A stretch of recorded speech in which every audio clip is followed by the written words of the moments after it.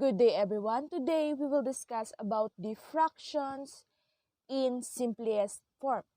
But first, let us know that some terminologies that we will use in our topic. First, let's have a factor. Factor is a number that divides evenly into another. For example, the factors of 24 are 1, 2, 3, 4, 6, 8, 12, and 24. While some another example of this is the factors of 9. The factors of 9 are 1, 3, and 9. Next, let's proceed to the common factor. So, what is the common factor? Common factor is the two numbers with the same factor. For example, the common factor of 12 and 6 is 3 because the common factor of 12 are 1, 2, 3, 4, 6, and 12. While the common factors of 6 are 1, 2, 3, and 6.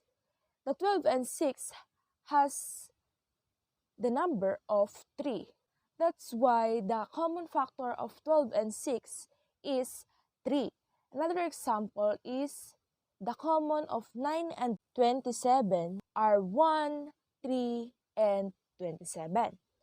Next, let's proceed to the greatest common factor. Greatest common factor is the largest factor between the two numbers. The difference between the greatest common factor and the common factor is the word largest, because in the common factor, it has only the same factor. But in the greatest common factor, we need to get the largest factor. For example, I have here the 8 over 12.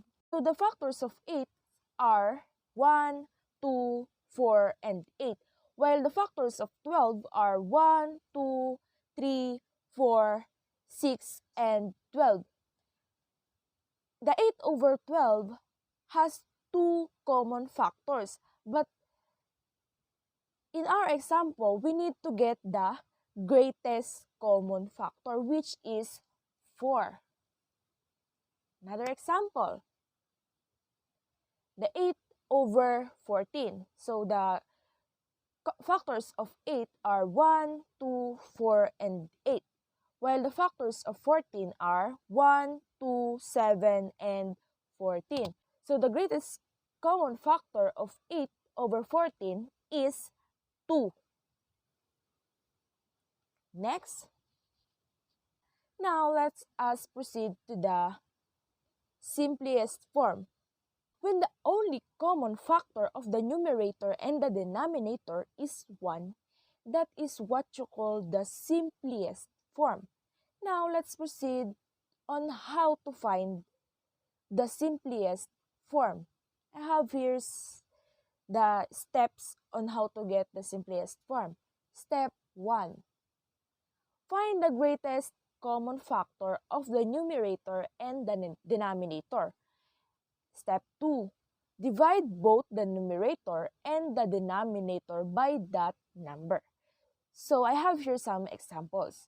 For example, 12 over 18. The factors of 12 are 1, 2, 3, 4, 6, and 12. While the factors of 18 are 1, 2, 3, 6, 9, and 18. So, in here, we need to get the greatest common factor, which is 6. So, 12 over 18 will divide into 6. 12 over 18 divided by 6 over 6 is equals to 2/3, because 12 divided by 6 is equals to 2, while 18 divided by 6 is equals to 3. Next, another example is 6 over 8. The factors of 6 are 1, 2, 3, and 6, while the factors of 8 are 1, 2, 4, and 8. So, the greatest common factor of our example is 2. So, we will divide 6 over 8 into 2. 6 over 8 divided by 2 over 2 is equals to 3/4 because 6 divided by 2 is equals to 3 and 8 divided by 2 is equals to 4.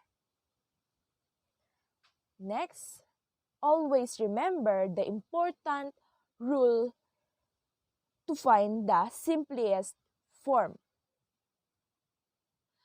To get the lowest form, we need to use the largest number that will divide both numerator and the denominator. And that's all. Thank you.